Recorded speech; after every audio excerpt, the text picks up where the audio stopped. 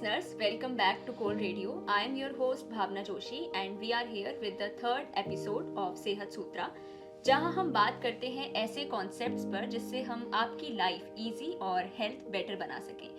तो जैसा कि हम जानते हैं कि अप्रैल का महीना ख़त्म हो चुका है और अभी मई चल रहा है, तो वो समय ज़्यादा दूर नहीं है जब गर्म हवाएं चलना शुरू हो जाएंगी और टेम्परेचर काफ़ी बढ़ जाएगा।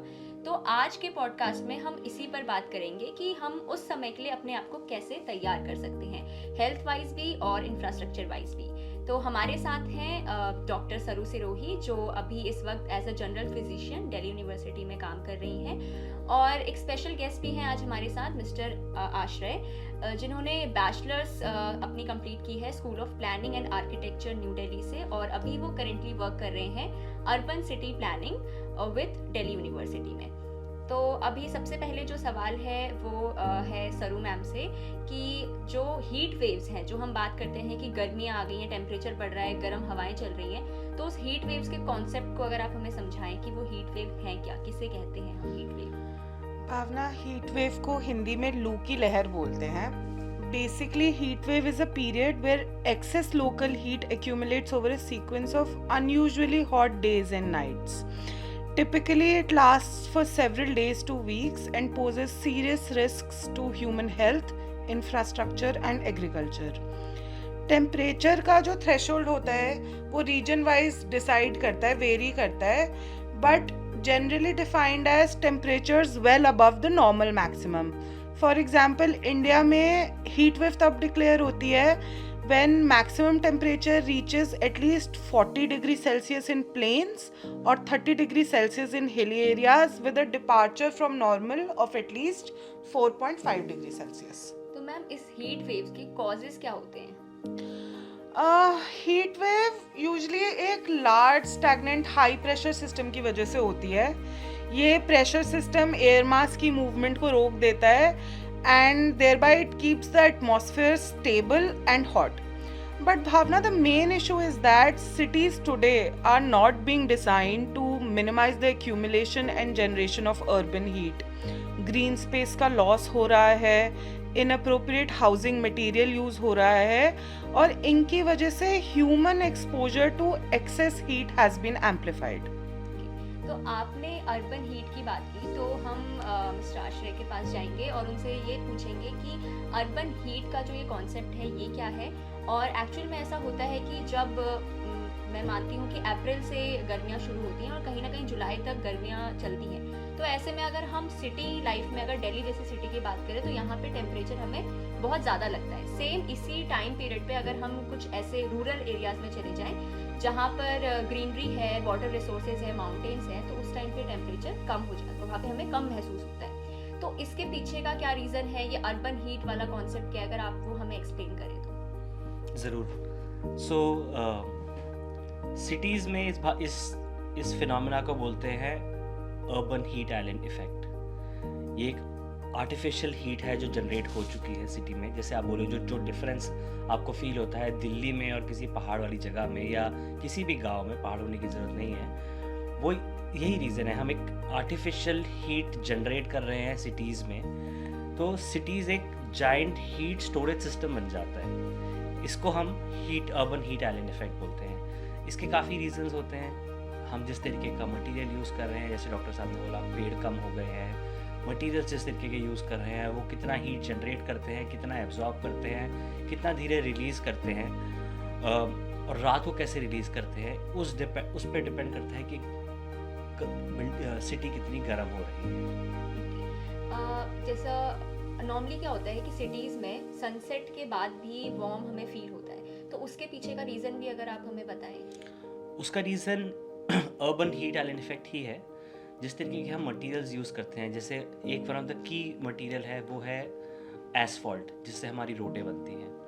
तो थ्रू आउट द डे ये मटेरियल जो है ये गर्म होते हैं, क्योंकि इसमें पूरे टाइम सन पड़ रहा होता है, उनके ऊपर कोई शेडिंग नहीं हो रही होती, पूरे टाइम के ऊपर से गाड़ियाँ गुजर रही हैं और इनको पूरा अच्छा खासा 45 डिग्री का सन इन पे गिर रहा है। इनका जो हीट मास होता है वो बहुत हाई होता है। हीट मास हाई होता है मतलब ये जितनी देर में गर्म होते हैं उतनी ही देर में ठंडे होते हैं। तो जब शाम हो जाती है, जैसे आप कह रहे हैं, शाम होने के बाद सन ढलने के बाद ये अपना हीट निकालना चालू करते हैं वापस। तो इनको ये ठंडे बहुत धीरे होते हैं, जब तक ये ठंडे होते हैं तब तक अगली धूप आ चुकी होती है, इसलिए हमारी सिटीज़ को ठंडा होने का टाइम ही नहीं मिलता। तो ये जो अर्बन हीट इफेक्ट है, इसका हमारी हेल्थ पे क्या कोई इम्पैक्ट पड़ रहा है, या फिर अगर चलिए आपसे हेल्थ का नहीं, हम ये पूछेंगे आपसे कि ये किस तरीके से हमारे लिए डेंजरस है, इस पे अगर आप हमें बता दें। काफ़ी अलग अलग जगहों पे डेंजरस है। ह्यूमन हेल्थ पे तो है ही, जैसे डॉक्टर साहब ने समझाया, काफ़ी रीजंस हैं कि गर्मी से हेल्थ कैसे इम्पैक्ट होती है, वो तो है ही, प्लस इन्वायरमेंट, प्लस इकोनॉमी और डेली लाइफ कैसे इम्पैक्ट होती है। ह्यूमन हेल्थ की तो डॉक्टर साहब आपको आई थिंक ज़्यादा अच्छे से समझा पाएंगे, बट मैं इन्वायरमेंट के बारे में बात करूँ तो हम इसके चक्कर में हम ज़्यादा फ़ैन यूज़ करते हैं, हम ज़्यादा एसी इस्तेमाल करते हैं, हम ज़्यादा मशीन्स इस्तेमाल करते हैं कमरों को ठंडा करने के लिए या बिल्डिंगों को ठंडा करने के लिए। उससे हीट जनरेट होती है उनकी मशीन से, जो इन्वायरमेंट को इम्पैक्ट करती है। उसका इन्वायरमेंट इम्पैक्ट क्या होता है कि जो हमारी ओजोन लेयर्स हैं वो कमज़ोर होने लग जाती हैं, जैसे हमारे यूवी जो सिटी में आ रहा है वो ज़्यादा है। तो इन्वायरमेंटल इम्पैक्ट ये है। इकोनॉमी इम्पैक्ट सोचेंगे तो मशीन ज़्यादा इस्तेमाल हो रही हैं, तो उसकी जगह में फॉसिल फ्यूल जनरेट हो ज़्यादा जलाए जा रहे हैं, ज़्यादा खर्चा हो रहा है, ज़्यादा बिजली का कंजम्पशन हो रहा है, इकोनॉमी उस वजह से इम्पैक्ट हो रही है। डेली लाइफ ऑफ कोर्स आप एसी अफोर्ड कर सकते हैं बट कोई और अफोर्ड नहीं कर सकता। आप ठंडा कर रहे हैं बट आप सिटी को गर्म कर रहे हैं उस चक्कर में, तो किसी और की डेली लाइफ ख़राब हो रही है आपके चक्कर में। सो ये एक सर्कल है, जितना सिटी जितनी गर्म होगी उतने ज़्यादा एसी लगेंगे, उतने ज़्यादा एसी लगेंगे तो उतनी ज़्यादा हीट जनरेट होगी, जितनी हीट जनरेट होगी फिर ज़्यादा और एसी।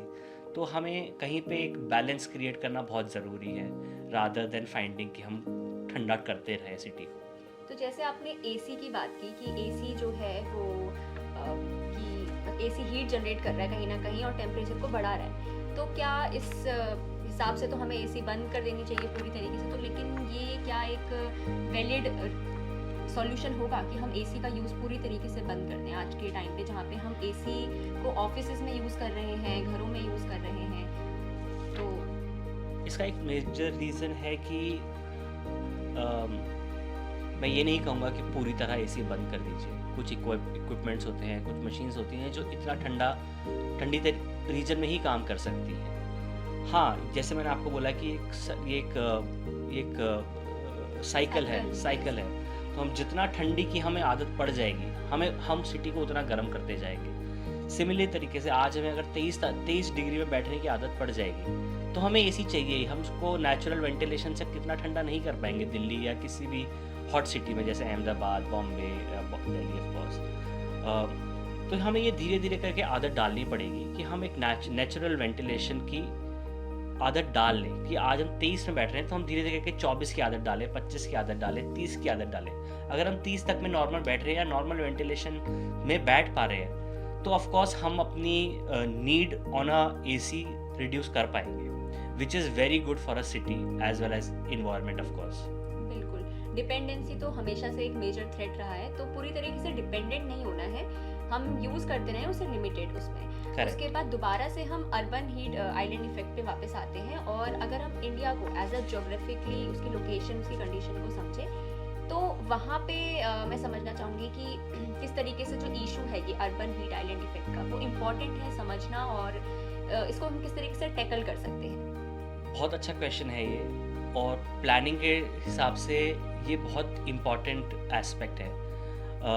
अभी हम आई थिंक एक मॉडर्न एस्पेक्ट को सोच के वेस्टर्न वे ऑफ कंस्ट्रक्शन को बहुत इजीली अडॉप्ट कर लिया है। हम देख रहे हैं ग्लास बिल्डिंग्स बन रही हैं, स्टील बिल्डिंग्स बन रही हैं, बहुत ज़्यादा स्टील का यूसेज बहुत ज़्यादा है, जो हमारे क्लाइमेट के हिसाब से करेक्ट नहीं है। जो ग्लास बिल्डिंग्स होती हैं वो आपने सुना होगा ग्रीन हाउस इफेक्ट, उस वजह से हमारी एक ग्लास की बिल्डिंग ज़्यादा हीट होती है, उसको ज़्यादा हीट होती हैं तो उसको ठंडा करने के लिए ज़्यादा एसीज इस्तेमाल होते हैं, ज़्यादा दूसरी तरीके की चीज़ें इस्तेमाल होती है ठंडा करने के लिए, तो उसको अवॉइड करना बहुत ज़रूरी है।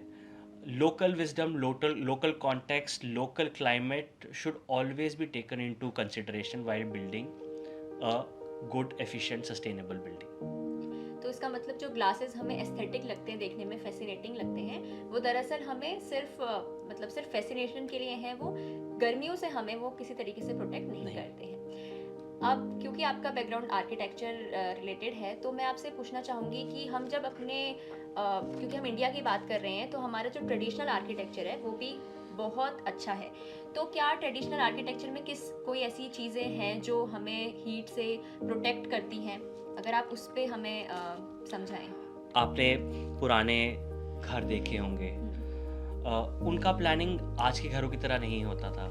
उनकी दीवारें जो होती थी वो काफ़ी मोटी होती थी। आज के घर के ज़माने में हम 9 इंची की दीवार बनाते हैं या 6 इंची की दीवार बनाते हैं, जितना कम से कम दीवार जगह कम ले और घर ज़्यादा बड़ा बने। ये आजकल का कॉन्सेप्ट है ऑफ कोर्स। वेयरएज पुराने ज़माने में मोटी दीवारें बनाई जाती थी, ऊंचे घर बनाए जाते थे। उसका रीज़न ये होता था कि वो थर्मल जो उसका क्वांटिटी होती थी वो ज़्यादा होती थी, तो वो टेम्परेचर को घर के अंदर नहीं आने देती थी। ये one of the biggest reason था। अगेन वेंटिलेशन को बहुत ज़्यादा ध्यान दिया जाता था।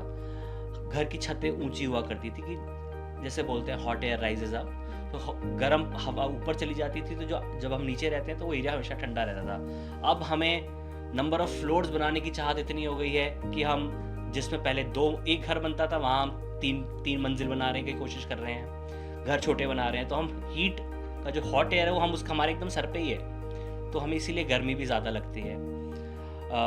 प्लस जो कंस्ट्रक्शन के मेथड, कंस्ट्रक्शन की स्टाइल थी वो भी अलग थी।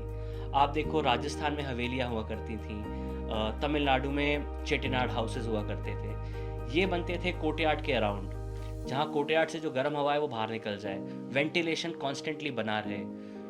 जैसे मैंने आपको बोला राजस्थान में बहुत सारी बिल्डिंगों में, आप बहुत सारी पुरानी हवेलियों में आप देखोगे जालियाँ लगी होती है दीवारों पे, तो उसका एक इफेक्ट है, उसे बोलते हैं वेंचुरी इफेक्ट साइंस में, कि जब गर्म हवा छोटी जगह से क्रॉस होती है तो अपने आप ठंडा हो जाता है। तो ऐसे काफ़ी मेथड्स थे जो पहले ज़माने में इस्तेमाल किए जाते थे। मड फस का मतलब छत जो होती थी उसके ऊपर इतना मोटी मड डाली जाती थी कि ठंडी हवा की गर्मी अंदर ना आ सके। सो ऐसे काफ़ी तरीके थे जो पुराने ज़माने में इस्तेमाल किए जाते थे, जो घरों को ठंडा रखते थे, जो आज के ज़माने में हम कॉस्ट एंड प्रोडक्शन को ज़्यादा इम्पोर्टेंस देने के चक्कर में हमने उनको भूल गए। बिल्कुल ट्रेडिशनल जो हमारा आर्किटेक्चर था वो दिखने में ही बेहतर नहीं लगता था, बल्कि क्योंकि वो हमारे यहीं के कारीगरों द्वारा बनाया गया था, तो हमारे क्लाइमेट को समझते हुए, हमारी सराउंडिंग्स को समझते हुए बनाया गया था। करेक्ट। अब क्योंकि अभी हम जो आज के मॉडर्न टाइम पे अगर हम बात करें तो मॉडर्न आर्किटेक्चर ऑलरेडी स्टैब्लिश्ड है, तो अब हम उसे रिप्लेस नहीं कर सकते, ये तो कोई राइट सॉल्यूशन नहीं होगा। तो हम ऐसा क्या कर सकते हैं कि ट्रेडिशनल जो हमारा आर्किटेक्चर है और मॉडर्न आर्किटेक्चर है, दोनों को मिक्सअप करके अगर हम कुछ चीज़ें कर सकें, तो उस पर मैं आपके थॉट्स जानना चाहूँगी। आप कुछ मेथड्स इस्तेमाल कर सकते हो। First thing that you have to look after is how to stop the heat from entering into the building, entering into your house. First is insulate your terrace. आप छत के ऊपर मिट्टी रखो या घास उगा लो, या मतलब इंसुलेशन करके थोड़ा इंसुलेशन करो कि वो थोड़ी चौड़ी हो जाए, जिससे आप हीट अंदर ना ला सको। आजकल के ज़माने में बहुत सारे नए मटेरियल्स आते हैं। There is something called as cool tiles, जो हमारे भाषा में उसको बोलते हैं SRI इंडेक्स होता है एक word, which is solar reflective index. These are white coloured tiles that reflects the sun, it doesn't allow the heat to come in. So जब आप ये टाइल्स के फॉर्म में भी आता है, पेंट के फॉर्म में भी आता है, तो जब आप इस तरीके की चीज़ें अपनी छत पे लगाओगे या अपने घर को पेंट करोगे, तो आपकी जो दीवारें हैं वो हीट को एब्जॉर्ब करना कम कर देगी। सो ये कुछ मॉडर्न टेक्निक्स हैं जो आप यूज़ कर सकते हैं। They are of course generated from older wisdoms also only. Another can be external shading. छज्जे बनाइए, ब्लाइंड्स लगाइए जो आपके घर पे डायरेक्ट धूप को ना पड़ने दे। उससे आपकी जो इन कॉन्टैक्ट जो दीवार है वो गर्म नहीं होगी, जो घर ठंडा रखने में आसान रहेगा। अनदर ऑप्शन कैन बी छज्जा, trees that you can put. अगर बड़े घर के आजू बाजू ट्री लगाओगे जिससे घर के ऊपर शैडो आ रही है, तो ऑफ कोर्स आपको ठंडी गर्म करने में आसान रहेगा। Cross ventilation is another aspect. अगर आप जब बिल्डिंग के अंदर अगर गर्म हवा घुस गई है, अगर आप रोक नहीं पाए, तो क्रॉस वेंटिलेशन का ध्यान रखिए कि वो रुके ना कहीं पर जाके हीट की, वो हमेशा फ्लो होती रहे। वो फ्लो होती रहेगी तो ऑटोमेटिकली ठंडी हो जाएगी। सो इस तरीके की चीज़ें थोड़ी ज़्यादा हेल्पफुल रहती हैं इन चीज़ों में। घर में इक्विपमेंट्स कम इस्तेमाल करिए, जैसे जो भी चीज़ें हीट करती हैं, जैसे मशीन्स होती हैं, वॉशिंग मशीन्स होती हैं, आपके घर के बाहर रखिए, तो जो उसके अंदर से जो हीट निकल रही है वो आपके घर को कम करें। इस तरीके की चीज़ें थोड़ा हेल्पफुल होती है। जो आपने ट्री वाली बात की है वो तो लाइक मैंने भी खुद से फील की है कि अगर एक ही लोकेशन में टेम्परेचर सेम है और एक जगह पेड़ है और एक जगह पेड़ नहीं है, तो जिस जगह पेड़ नहीं होते वहाँ पे हमेशा टेम्परेचर थोड़ा सा हाई रहता है, और जहाँ पे पेड़ होते हैं वहाँ पे टेम्परेचर थोड़ा सा Correct. डाउन होता है और हमें थोड़ा सा कूलनेस फील होती है। करेक्ट। इसी के साथ अगर ये तो थे कि हम इंडोर अपना क्या कर सकते हैं या इंफ्रास्ट्रक्चर वाइज क्या कर सकते हैं, लेकिन इसी के साथ अगर हम थोड़ा कुछ जनरल चीज़ें अगर हम कर सके, और अभी हम यूनिवर्सिटी में हैं तो लाइक हमारा जो यूथ है वो किस तरीके की चीज़ें कर सकता है इस प्रॉपर लाइक हीट से बचने के लिए? Planting trees though is a basic necessity one should always look after. Reduce unnecessary electricity use everywhere that generates heat in itself. Look at eco-friendly architecture in terms of how to have materials that don't get heat up so fast. Create shaded pathways. So these kind of things one should always look at when they are planning their house, or when they are even working at an urban level. So creating another layer for the sun to cut is the right way to look at it. तो listeners को मैं इस time पे कहना चाहूँगी कि आप trees को प्लांट्स करें ताकि बड़े होकर वो ट्री बन जाएं और Correct. कहीं ना कहीं हमें हेल्प करें इस हीट से बचने और जो के लिए। मटेरियल्स आप देखते हैं उनको कॉन्शियसली यूज़ करिए। ये मत सोचिए रोड बननी है तो बननी है, खूब सारी बननी है। एक रोड बनी है तो उसने कितने ट्रीज काटे होंगे और कितना हीट जनरेट कर रही है अब। तो ऑल्दो हम सोचते हैं कि पूरे इंडिया में बहुत सारी रोडें होनी चाहिए, but we are also paying the price for it. So it should be efficiently planned.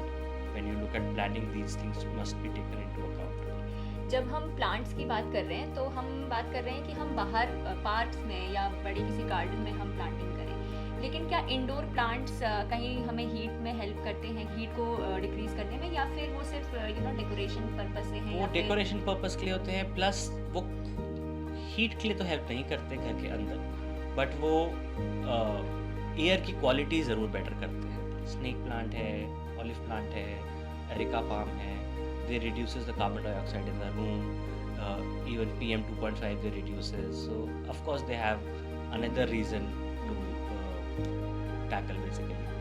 So नहीं, हीट तो नहीं हेल्प करते, डायरेक्टली हीट को रिड्यूस करने में हेल्प नहीं कर रहे हैं, बट अदर फैक्टर्स। तो जब भी हम ऐसे टॉपिक से बात करते हैं तो हमेशा एक चीज़ आती है कि फ्यूचर में भी हम क्या सॉल्यूशन इन चीज़ों के देखते हैं, क्योंकि अभी तक हमने जो बात की है वो प्रेजेंट से रिलेटेड है। तो अगर आप हमें इसके फ्यूचर सॉल्यूशंस बताएं इंडियन सिटीज़ के लिए। अर्बन लेवल पे मैं बात करूँ तो ensure that all your roads are tree lined, so that they are not always open to heating from the sun. अगर शेडेड रोड है तो कितना बेटर है कि वो गर्म नहीं होगी तो गर्म हवा बाहर नहीं निकालेगी, तो ये अर्बन हीट आइलैंड इफेक्ट नहीं होगा। Better public transport is another way. अगर हम हर कोई अपनी गाड़ी अपनी बाइक इस्तेमाल करेगा तो imagine the amount of fuel we are using, the amount of heat we are generating on our own. So that is of course one of the ways one can reduce. Climate responsive architecture, how I told you, looking after really looking after your climate, your context, where you are building, how you are building, what you are building out of from, really cares about how you are really going to impact the nature, is going to be the way to look at such things. आप जो local wisdom है, local materials हैं उसको इस्तेमाल करिए। Local techniques जो हैं, जैसे मैंने आपको बताया, जाली, courtyards, I am sure even commercial buildings भी इन चीज़ों का इस्तेमाल कर सकती हैं to make buildings which are architecturally visually also good, plus nature को वो ईजिली हेल्प कर रही हैं to recover and become better. Sensitive urban planning, of course, as I told you, ensure that whatever road you are making has a use, has a need, and हम ऐसी बेवजह कुछ नहीं बना रहे हैं। Water conservation techniques is important. How we are saving the water. Lakes हैं, ponds हैं, कितने सारे ponds दिल्ली में पहले हुआ करते जो vanish हो चुके हैं। Rejuvenation of those ponds are necessary. So there are many techniques that one should look at in the future to ensure that that longevity to the nature is continued. तो infrastructure को तो हमने काफ़ी अच्छे से समझ लिया. Mister Ashray has explained and cleared our all doubts, so thank you for that. So अभी क्योंकि हम इंफ्रास्ट्रक्चर के बारे में समझ गए हैं कि हमें उसकी हेल्प से कैसे हम हीट को प्रिवेंट कर सकते हैं अपने तक पहुंचने से, लेकिन अभी इन चीज़ों में मुझे लगता है कि कुछ टाइम लगेगा. तो अभी एट प्रेजेंट अगर हम बात करें तो मैं डॉक्टर सरू के पास वापस जाना चाहूँगी कि अभी अगर बात करें हम अपनी हेल्थ और हीट दोनों को देखते हुए, तो इनका आपस में रिलेशन क्या है, किस तरीके से हीट जो है वो हमारी हेल्थ को इम्पैक्ट कर रही है. भावना, हीट बहुत ही ज़्यादा इम्पॉर्टेंट इन्वायरमेंटल और ऑक्यूपेशनल हेल्थ हजार्ड है. Heat stress is the leading cause of weather related deaths, and not only that, excess heat की वजह से अगर किसी को कोई अंडरलाइंग इलनेस होती है वो एग्जैसरबेट हो जाती है. For example heart diseases, diabetes, asthma and even to a certain level mental health भी खराब होती है. ऑल्सो एक्सेस हीट जब होती है तो जो इन्फेक्शियस डिजीजेस होती है उनका जो रेट ऑफ ट्रांसमिशन है, वो जब हीट बहुत ज़्यादा होती है तो उसका रेट ऑफ ट्रांसमिशन भी ड्रास्टिकली बढ़ जाता है.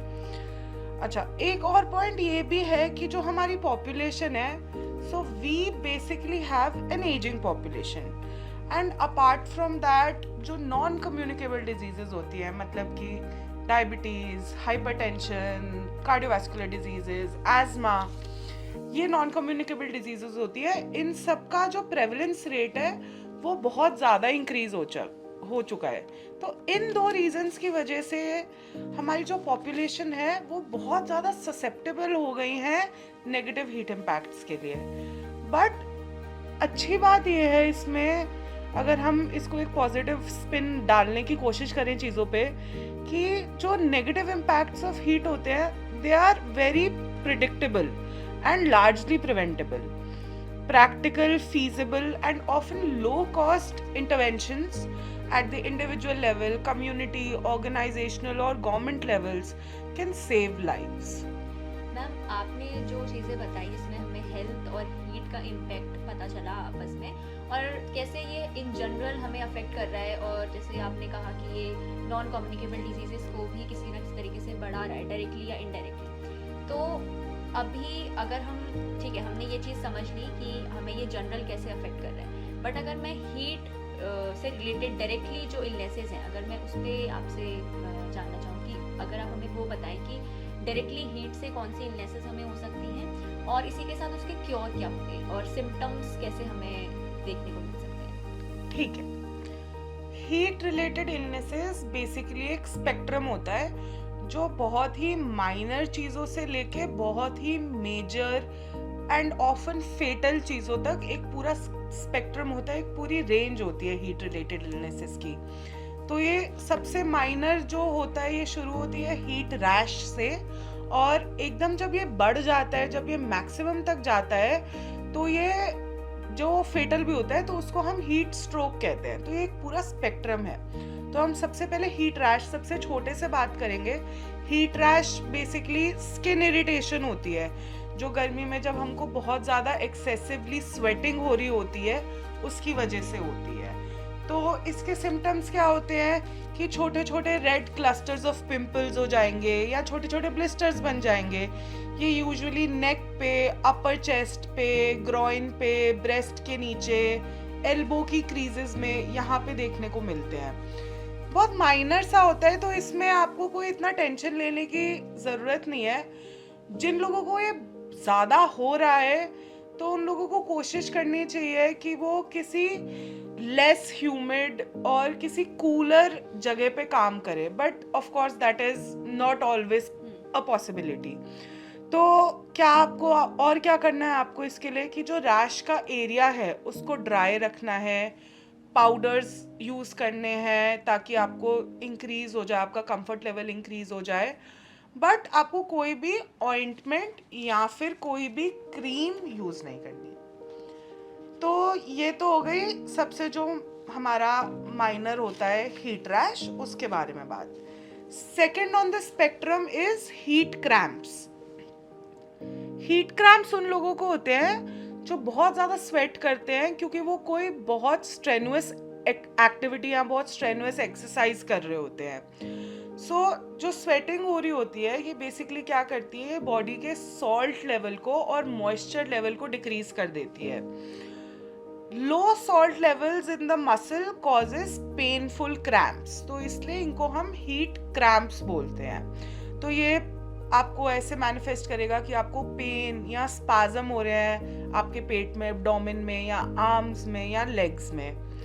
अब इसकी हीट क्रैम्प्स की फर्स्ट एड क्या रहेगी कि आपको एक तो अगर आपको हीट क्रैम्प्स होने शुरू हो रहे हैं तो आप पानी पीना शुरू करिए, या फिर कोई भी इलेक्ट्रोलाइट ड्रिंक या WHO ORS या कोई भी स्पोर्ट्स ड्रिंक पिए और हर 15 से 20 मिनट में थोड़ी थोड़ी क्वांटिटी में पीते रहें इसको। काफी लोग क्या करते हैं, क्योंकि ये अब एक कॉमन नॉलेज हो गई है कि हीट क्रैम्प्स हो रहे हैं तो स्वेटिंग हो रही है तो बॉडी से सॉल्ट लूज हो रहा है, ये it is pretty much common knowledge now.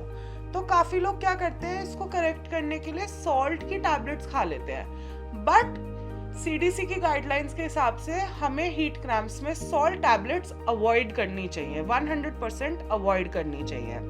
अच्छा, यूजली ये ठीक हो जाते हैं अगर आप पानी पियेंगे, थोड़ा रेस्ट करेंगे, थोड़ा शेड में जाएंगे, इन सब चीज़ों से ये ठीक हो जाते हैं। पर now when is it that you need to go and see a doctor, when do you need to seek medical help for heat cramps, is when जो आपका पेशेंट है या जो उसको ऑलरेडी कोई एग्जिस्टिंग हार्ट डिजीज है, एक उस केस में आपको डॉक्टर के पास जाना है। दूसरा, अगर आप किसी लो सोडियम डाइट पे हैं, फॉर एग्जांपल अगर आपको कोई किडनी डिजीज है और आपके डॉक्टर ने आपको लो सोडियम डाइट पे डाला हुआ है और आपको हीट क्रैम्प्स होते हैं, तो आपको डेफिनेटली डॉक्टर के पास जाना चाहिए। तीसरा कंडीशन जिसमें आपको डॉक्टर के पास जाना चाहिए हीट क्रैम्प्स के लिए, वो है अगर आपके क्रैम्प्स 1 घंटे के अंदर ठीक नहीं हो जाते। So if they don't subside with in 1 hour, you definitely need to go and seek medical help. So this is heat cramps. इससे एक ऊपर बढ़ के जो थर्ड ऑन द स्पेक्ट्रम होता है वो होता है हीट सिंकोप। सिंकोप का मतलब भावना क्या होता है? सिंकोप मीन्स फेंटिंग, बेहोश हो जाना। तो इसमें आपको हीट सिंकोप का अगर आपको एपिसोड होगा तो आपको चक्कर आएंगे, डिजी फील होगा, लाइट हेडेड फील होगा, आप बेहोश हो सकते हो, फेंट हो सकते हो। And this usually occurs when you standing for too long or you suddenly stand up after sitting or lying down. अब इसके क्यों हो रहा है हीट सिंकोप? इसके बेसिकली 2 मेजर रीजंस होते हैं। एक तो डिहाइड्रेशन और दूसरा होता है लैक ऑफ एक्लिमेटाइजेशन। इसकी आपको फर्स्ट एड बहुत सिंपल है। फर्स्ट एड में आपको क्या करना है कि आपको बैठ जाना है या लेट जाना है किसी भी छाया वाली जगह में, ठंडी जगह में, और स्लोली सिप बाय सिप आपको पानी पीना है या कोई स्पोर्ट्स ड्रिंक पीनी है या फिर कोई भी क्लियर जूस पीना है। तो this is heat syncope which is third on the spectrum. Now fourth on the spectrum is a little bit more serious. So it's called rhabdomyolysis. Rhabdomyolysis का basically मतलब क्या है कि हीट स्ट्रेस की वजह से आपकी जो मसल्स हैं उनको इंजरी हो रही है और मसल टिश्यू की डेथ हो रही है। तो रैप्डोमाइलोसिस में क्या हो रहा है कि आपका मसल टिश्यू की डेथ हो रही है। तो जब मसल टिश्यू की डेथ हो रही है, जब मसल की डेथ होती है, when there is muscle death, तब रैपिडली ब्लड स्ट्रीम में इलेक्ट्रोलाइट्स और लार्ज प्रोटीन मॉलिक्यूल्स रिलीज होते हैं। अब ये जो मॉलिक्यूल्स रिलीज हो रहे हैं मसल डेथ की वजह से, ये बहुत मल्टीपल ऑर्गन्स को डैमेज कर सकते हैं। ये किडनीज में सेटल कर सकते हैं, किडनीज को डैमेज कर सकते हैं, ब्रेन में सेटल कर सकते हैं, ब्लड ब्रेन बैरियर क्रॉस कर सकते हैं, सीजर्स कॉज कर सकते हैं, मिर्गी कॉज कर सकते हैं, और इनफैक्ट ये इरेगुलर हार्ट रिदम्स भी कॉज कर सकते हैं। अच्छा, अब the interesting point two note here is rhabdomyolysis in a lot of cases might be asymptomatic, कि ग्रेजुअली हीट स्ट्रेस की वजह से आपको मसल लॉस हो रहा है, मसल ब्रेकडाउन हो रहा है, मसल डेथ हो रही है, पर आपको पता नहीं चल रहा, आपको कोई सिम्टम्स नहीं आ रहे, लेकिन मसल डेथ की वजह से जो प्रोटीन मॉलिक्यूल्स रिलीज हो रहे हैं, जो इलेक्ट्रोलाइट्स रिलीज हो रहे हैं, वो ग्रेजुअली किडनी में बैठ रहे हैं, किडनी में बैठे जा रहे हैं, और ग्रेजुअली वो आपकी किडनी को डैमेज करते जा रहे हैं। तो एक तो ये हो सकता है कि रैप्डोमाइलोसिस एसिम्प्टोमेटिक हो सकता है। अगर सिम्टम्स आ रहे हैं तो मसल क्रैम्प्स हो सकते हैं, वीकनेस हो सकती है, एक्सरसाइज इंटॉलरेंस हो सकती है, और एक स्पेसिफिक फीचर होता है इसका कि जो आपका यूरिन है वो एबनॉर्मली डार्क कलर्ड, मतलब कोला कलर्ड या टी कलर का यूरिन आपको रैप्डोमाइलोसिस में एज अ स्पेसिफिक सिम्टम देखने को मिलता है।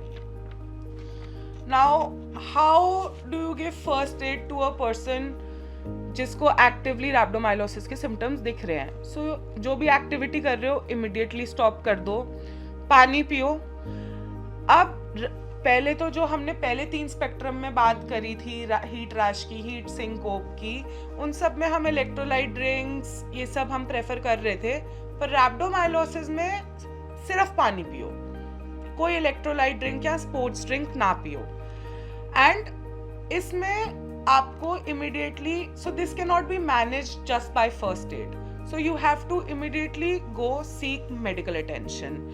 एंड ऑल्सो सबसे इम्पोर्टेंट ये है, क्योंकि रैप्डोमाइलोसिस बेसिकली आपकी किडनी को डैमेज करेगा, तो अपना ब्लड सीरम क्रिएटिनिन काइनेज जो एक फैक्टर होता है, अपना किडनी फंक्शन टेस्ट KFT जिसको बोलते हैं, वो ज़रूर करना चाहिए कि क्रिएटिनिन लेवल हाई तो नहीं हो रहा, किडनी डैमेज तो नहीं हो रही। So this is 4th on the spectrum and this was rhabdomyolysis. Now coming to the most severe heat related illness, that's called heat stroke. ठीक है, so this is very severe and a very very serious condition. It occurs when the body can no longer control its temperature. Body का temperature बहुत rapidly rise करता है, sweating mechanism fail हो जाता है, body अपने आप को ठंडा नहीं कर पाती है, और बॉडी का टेम्परेचर भावना इतना राइज हो जाता है कि 106 फ़ारेनहाइट से ऊपर भी जा सकता है, और बिल्कुल रैपिडली, मतलब 10-15 मिनट में आपका टेम्परेचर इतना हाई हो जाता है। Heat stroke permanent disability cause कर सकता है और इवन डेथ भी कॉज कर सकता है अगर इमरजेंसी ट्रीटमेंट पेशेंट को नहीं दिया जाए। इसके सिम्टम्स क्या होंगे? हीट स्ट्रोक्स के में सिम्टम्स क्या दिखते हैं हमें कॉमनली? पेशेंट कंफ्यूज होता है, ऑल्टर्ड मेंटल स्टेटस होता है, स्लर्ड स्पीच होती है, लॉस ऑफ कॉन्शियसनेस होती है, पेशेंट कोमा में जा सकता है। अच्छा, अब क्या होता है कि हीट स्ट्रोक में बेसिकली आपकी बॉडी का स्वेटिंग मैकेनिज्म फेल हो गया है, तो बॉडी स्वेट नहीं करती है। तो पैराडॉक्सिकल है कि गर्मी तो लग रही है, गर्मी की वजह से हो रहा है, लेकिन बॉडी स्वेट नहीं कर रही, तो जो स्किन होती है वो बिल्कुल हॉट एंड ड्राई हो जाती है। सीजर्स हो सकते हैं, मिर्गी पड़ सकती है, मिर्गी आ सकती है, और बॉडी टेम्परेचर तो मैंने आपको बताया ही बहुत हाई हो सकता है। And of course it is fatal if treatment is delayed. तो you have to immediately call emergency medical services. जब तक EMS अराइव नहीं करता, जब तक एम्बुलेंस नहीं आती, तो जिसको भी हो रहा है उसके साथ ही रहें आप, उसको अकेला ना छोड़ के जाएं।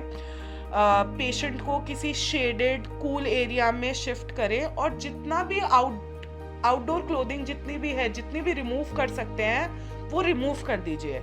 अच्छा, अब इस केस में, हीट स्ट्रोक के केस में, जो हीट स्ट्रोक का विक्टिम होता है उसको आपको रैपिडली कूल डाउन करना है। तो रैपिडली कूल डाउन आप कैसे करोगे? आप आइस बाथ दोगे या कोई कोल्ड वाटर की बात दोगे, बट सिचुएशनली बहुत सारी सिचुएशन में आइस बाथ देना विक्टिम को पॉसिबल नहीं हो सकता है। तो कोई भी गीला कपड़ा स्किन पे रखना है, हर जगह रखना है, पूरी स्किन पे, पूरी बॉडी पे रखना है। जो कपड़े पहने हुए हैं मरीज ने, उनको भी ठंडे पानी से गीला कर देना है। You have to soak the clothing with cool water. Also try करना है कि जो विक्टिम है उसके आसपास आप एयर सर्कुलेट करो, मतलब फैन, कूलर, AC ये सब यूज करो। तो this is the first aid you can give to a heat stroke victim till emergency medical services arrive. Ma'am, आपने कहा कि हीट स्ट्रोक के टाइम पे हमें फ़ैन, AC और कूलर कुछ भी हम चला सकते हैं, तो क्या इनको ऐसे कॉम्बिनेशन में चलाना होता है, या हम सिंगल भी चला सकते हैं कि हमने फ़ैन चला दिया सिर्फ, या फिर हमने सिर्फ AC चला दी? अच्छा, good question, very good question. Simple फंडा रखना है कि अगर एम्बिएंट टेम्परेचर, इन्वायरमेंट का टेम्परेचर 40 डिग्री सेल्सियस से कम है तो खाली पंखे से काम चल जाएगा। लेकिन अगर एम्बिएंट टेम्परेचर 40 डिग्री सेल्सियस या 104 फ़ारेनहाइट से ज़्यादा है तो खाली पंखे से काम नहीं चलेगा. अगर आप उस केस में खाली पंखा चलाओगे तो वो और ज़्यादा गर्मी करेगा. तो when the ambient temperature is more than 40 degree Celsius तब आप कोशिश करें कि फैन को इन कंजंक्शन विद एयर कंडीशनर चलाएं या फिर कूलर यूज़ करें. आई थिंक अभी तक हमने काफ़ी अच्छे से हीट को समझा है और इंफ्रास्ट्रक्चर वाइज भी हम कैसे हीट को कम कर सकते हैं. हेल्थ में हीट के क्या हीट किस तरीके से अफेक्ट करती है हेल्थ को, इलनेसेस क्या हैं और कैसे हम उसे क्योर कर सकते हैं. ये सारी चीज़ें हमने अभी तक कवर कर ली है. लेकिन इसके अलावा भी अगर हम कुछ और इस पॉडकास्ट से टेक अवेज लेके जाना चाहें तो डॉक्टर सर. भावना, अगर मैं कोई 2 सबसे इम्पॉर्टेंट टेक अवे पॉइंट्स अगर आपको दूं तो पहला तो सबसे इम्पॉर्टेंट ये रहेगा कि मिनिमम आपको एक दिन में 3 से 4 लीटर पानी पीना है. 3 से 4 लीटर पानी पीने का मतलब this does not include sports drinks or electrolytes. 3 to 4 liters of water, of H2O, not the water that goes in your tea or it goes in your food or goes in your coffee. This does not include that water. एक तो सबसे important point ये है. अच्छा, अगर आपको कोई existing kidney disease है या अगर आपको कोई एग्जिस्टिंग सीवियस डिजीज़ है और आपके डॉक्टर ने आपको लो फ्लूइड इनटेक पे रखा हुआ है तो फिर this point is not valid for you. Then you need to have a discussion with your health care provider. And second, अगर मैं आपको एक टेक अवे बताऊँ तो बहुत कॉमनली जैसे हीट वेव में या जब गर्मी लगती है तो जो बॉडी का एक्सटर्नल टेम्परेचर होता है वो बढ़ जाता है. तो उस केस में पैरासीटामॉल या एस्पिरिन जो हम फीवर में यूज़ करते हैं वो टैबलेट्स काम नहीं करेंगी, तो उन्हें खाने का कोई मतलब नहीं है. अगर आपका हीट वेव की वजह से बाहर लू लगने की वजह से अगर आपका बॉडी का टेम्परेचर बढ़ रहा है तो उस केस में टेम्परेचर नीचे लाने के लिए आप सिर्फ ठंडा कपड़ा ही रख सकते हो. ठंडा कपड़ा रख सकते हो अपने ऊपर या फिर you can take a cold bath, ice bath ले सकते हो और किसी शेडेड एरिया में रह सकते हो. पैरासीटामॉल और एस्पिरिन कोई काम नहीं करेगी. सो आई थिंक फाइनली हमने सारी चीज़ें कवर कर ली हैं और we can conclude this podcast. So मैं सिर्फ लिसनर से ये कहना चाहूँगी कि जैसे डॉक्टर सरू ने कहा कि आप फ्लूइड इनटेक अपना बढ़ाइए. फ्रूट्स भी इनटेक कर सकते हैं जिसमें फ्लूइड की मात्रा ज़्यादा है या वाटर की मात्रा ज़्यादा है. और इसी के साथ इंफ्रास्ट्रक्चर पे भी हमें फोकस करना है. तो अपने घर के आसपास आप ट्रीज़ लगा सकते हैं. बेसिकली प्लांट्स लगाइए क्योंकि ट्री एकदम से तो लगेगी नहीं. और इसी के साथ और भी जितने भी मिस्टर आश्रय ने हमारे साथ चीज़ें शेयर की है कि शेडेड चीज़ें किस तरीके से हम कर सकते हैं, ग्लासेस का यूज़ कम करना है, वेंटिलेशन हमें बना के रखना है अपने घरों के अंदर, तो इस चीज़ का भी हम ध्यान दें. इसी के साथ हम अगली बार अगले एपिसोड में मिलेंगे with new concept, new idea और ऐसे ही इंटरेस्टिंग तरीके से उसको डिस्कस करेंगे. सो तब तक के लिए take care, good bye. I am Bhavna Joshi and you are listening to Sehat Sutra on coal radio.